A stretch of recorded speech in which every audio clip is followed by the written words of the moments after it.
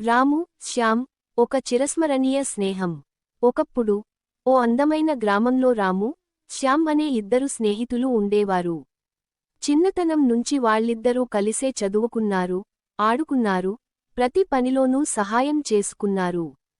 రాము సహాయసిద్ధుడు, మంచితనానికి ప్రతీక.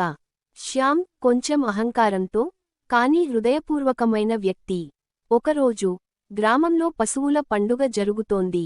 అందరూ తమ ఆవులను అలంకరించి పెద్దగా ఉత్సవం చేసుకుంటున్నారు. శ్యామ్కు ఓ అందమైన ఆవు ఉంది. చాలా మంది దాన్ని మెచ్చుకున్నారు.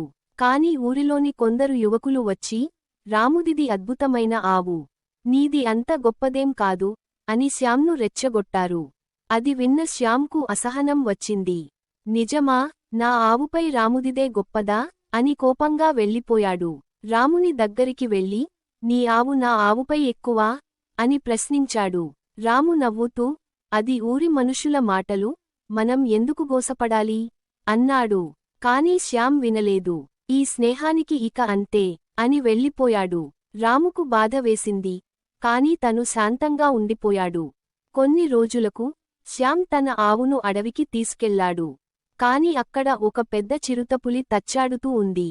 అది చూసి శ్యామ్ భయంతో వణికిపోయాడు. అతను ఎంత అరిచినా ఎవ్వరూ వినలేదు. చిరుత అతనిపై దాడి చేయబోతున్న వేళ రాము హఠాత్తుగా అక్కడికి చేరుకుని పెద్ద కర్రతో చిరుతను తరిమాడు. చిరుత తప్పించుకుని పారిపోయింది. శ్యామ్ ప్రాణం కాపాడబడింది. శ్యామ్ కళ్ళు చెమర్చుకుని, రామూ, నేను నిన్ను అనవసరంగా దూరం చేసుకున్నా. కాని నువ్వు మాత్రం నన్ను కాపాడడానికి వచ్చావు అన్నాడు. రాము నవ్వుతూ, స్నేహం అంటే అహంకారానికి చోటు ఉండదు శ్యామ్. మనం మన మాటల్ని మర్చిపోవచ్చు, కాని నిజమైన స్నేహం ఎప్పటికీ మర్చిపోకూడదు అని అన్నాడు. ఆ రోజు నుంచి శ్యామ్ రాముతో మరింత బలమైన స్నేహాన్ని పెంచుకున్నాడు. ఒకరినొకరు అర్థం చేసుకోవడమే నిజమైన స్నేహం అని తెలుసుకున్నాడు.